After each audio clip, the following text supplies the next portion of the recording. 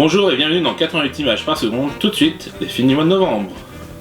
Le Roi, un casting de qualité, une photo et une réalisation très efficace, une histoire malheureusement assez prévisible, même si j'ai l'impression que cette bataille n'est pas beaucoup représentée au cinéma.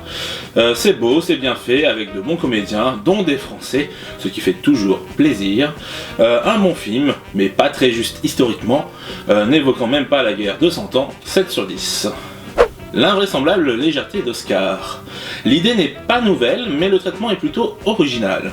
Après, on s'attarde un peu trop sur des points de détail et on ne voit quasiment jamais sa vie au quotidien en dehors de son enfance. Je trouve cela dommage, car on a du mal à se familiariser avec son quotidien. La dernière demi-heure rattrape les longueurs qu'on a subies auparavant, mais le film peine à convaincre. 5 sur 10. La Belle Époque. Un très beau film à la fois sur le cinéma et le théâtre, même la BD, puis bien sûr une histoire d'amour, même deux pour le prix d'une. J'ai apprécié que l'on baigne dans cette multitude d'arts qui s'entremêlent pour donner forme à cette histoire. On passe même par le dessin de caricature, l'animation, les nouvelles technologies, il y en a pour tout le monde. 7 sur 10. Fury. Voilà un film qui prouve qu'on peut faire du genre en France, qui n'a rien à envier aux productions états-uniennes. La montée en puissance est maîtrisée de bout en bout, on y croit, les comédiens sont bons. 7 sur 10. Place des victoires. Le film n'est pas mauvais, au contraire, mais la fin ne résout rien. Il y a plein de choses en suspens et c'est dommage car on veut savoir. Ça veut finir sur un soi-disant happy end, or ils ont toujours les mêmes problèmes, donc 5 sur 10. Et puis nous danserons. Un film entre tradition et homosexualité dans un pays intolérant. Le parcours de ce jeune homme est intéressant, mais on aimerait en savoir plus sur son avenir. Arrive-t-il à quitter le pays? Si oui, continue-t-il à faire de la danse? 7 sur 10. J'ai perdu mon corps. Un joli film d'animation pour adultes avec une belle histoire menée par une main pour laquelle on s'étonne d'éprouver de l'empathie. C'est bien fait visuellement, l'idée est originale, mais on est loin du chef-d'œuvre annoncé par la presse. 7 sur 10. Adult in the Room. Costa Gavras nous montre la réalité sur nos gouvernements, ils n'en ont rien à foutre de nous et de ce que l'on pense. Et vous croyez encore au vote? 8 sur 10. Cocody Cocoda. Je l'avais raté à l'étrange festival et j'aurais mieux fait de ne pas donner suite. Le film se répète à la façon d'un Happy Birthday, sans le fun et à la manière de la très bonne web-série Les Chroniques du Bazar, tout est lié à un objet. Bref, même si le symbolisme n'est pas inintéressant, je ne me suis pas retrouvé dans ce film, donc 4 sur 10. J'accuse. Un bon film, mais pas un chef-d'œuvre à mes yeux. La teinte grisâtre, le fait qu'il traîne un peu en longueur, le manque d'énergie font qu'on pourrait espérer mieux, même si l'histoire est prenante et les comédiens assez justes. En tout cas, je pense que pas mal de monde apprendra des choses sur l'affaire en le voyant. 7 sur 10. Le Mans 66. Un bon film, même en connaissant l'issue, on sent le danger à chaque seconde lors des essais puis des courses. Sur la fin, le film devient touchant, même s'il est pas loin d'être mélo, mais ça fait son effet. En tout cas, Matt Damon et Christian Bale forment un super tandem, 7 sur 10. Little Joe. Hypnotisant et un peu malsain, le nouveau long métrage de Jessica Horner est beau et efficace. Et il y a quelque chose de l'invasion des profanateurs de sépulture que j'apprécie tout particulièrement. Si vous êtes adepte des films de genre, je vous encourage à le voir. 7 sur 10. Klaus. Un très joli film d'animation donnant une belle et originale histoire sur les origines du Père Noël.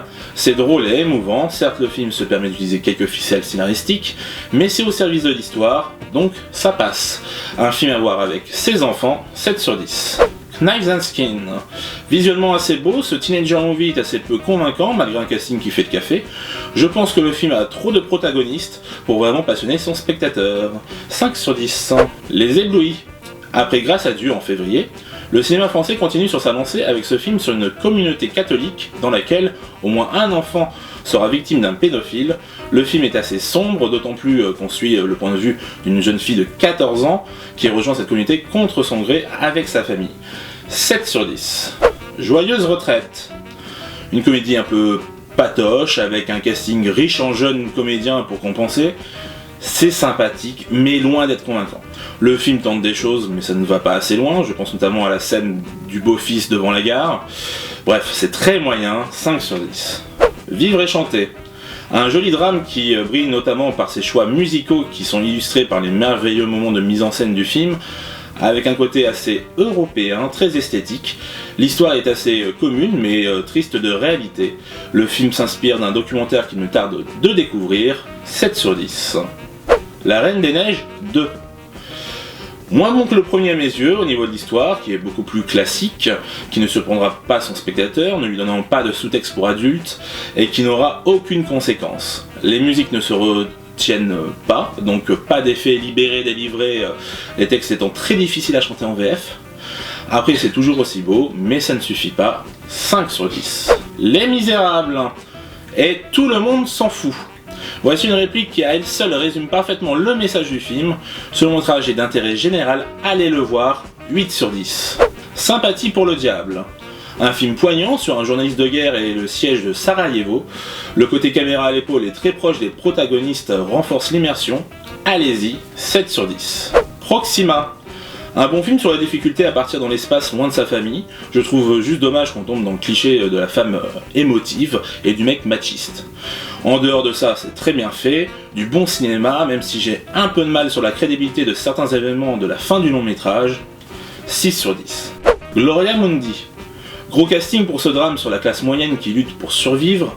Malheureusement, plusieurs personnages importants sont antipathiques, du coup on a du mal à avoir l'empathie pour eux, même si l'histoire des grands-parents est assez touchante. Pour moi, il vaut mieux voir Le Dernier Ken Loach, 5 sur 10. À couteau tiré. Une enquête à la Agatha Christie qui fait penser à Hercule Poirot, mais dans une version plus contemporaine. C'est certes déjà vu, mais le twist de fin est plutôt bon, on passe un bon moment, puis ce casting est fou, 7 sur 10. Toute ressemblance. Long métrage satirique sur les coulisses de la presse audiovisuelle, c'est efficace, assez pince sans rire.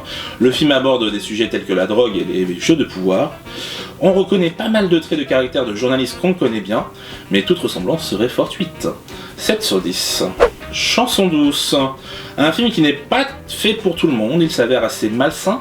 L'ambiance pesante qui règne tout autour du personnage de cette nounou est de plus en plus étouffante. Le casting principal fonctionne bien, mais c'est réellement Karine Viard qui crève l'écran. Puis cette fin, quelle finale! Après avoir vu ce film, vous réfléchirez à 2 fois avant de confier vos enfants à un ou une inconnue. 7 sur 10. The Irishman. Martin Scorsese et ses acolytes ont pris un coup de vieux, et ça se sent dans son film.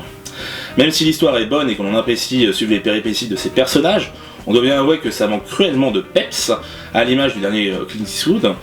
Pour un film qui se voit en streaming, le film n'est pas du tout fait pour, c'est clairement un film de cinéma, c'est dommage, 6 sur 10.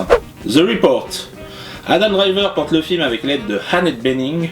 Il s'agit encore d'un long métrage dans les coulisses du pouvoir sur le comité du Sénat chargé d'enquêter sur les agissements de la CIA après le 11 septembre.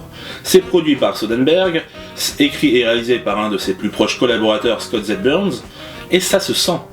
Les 2 heures passent assez vite, tellement les jeux de pouvoir sont passionnants, 7 sur 10. Voilà, c'est tout pour les films du mois de novembre, je vous donne rendez-vous le mois prochain. Ciao!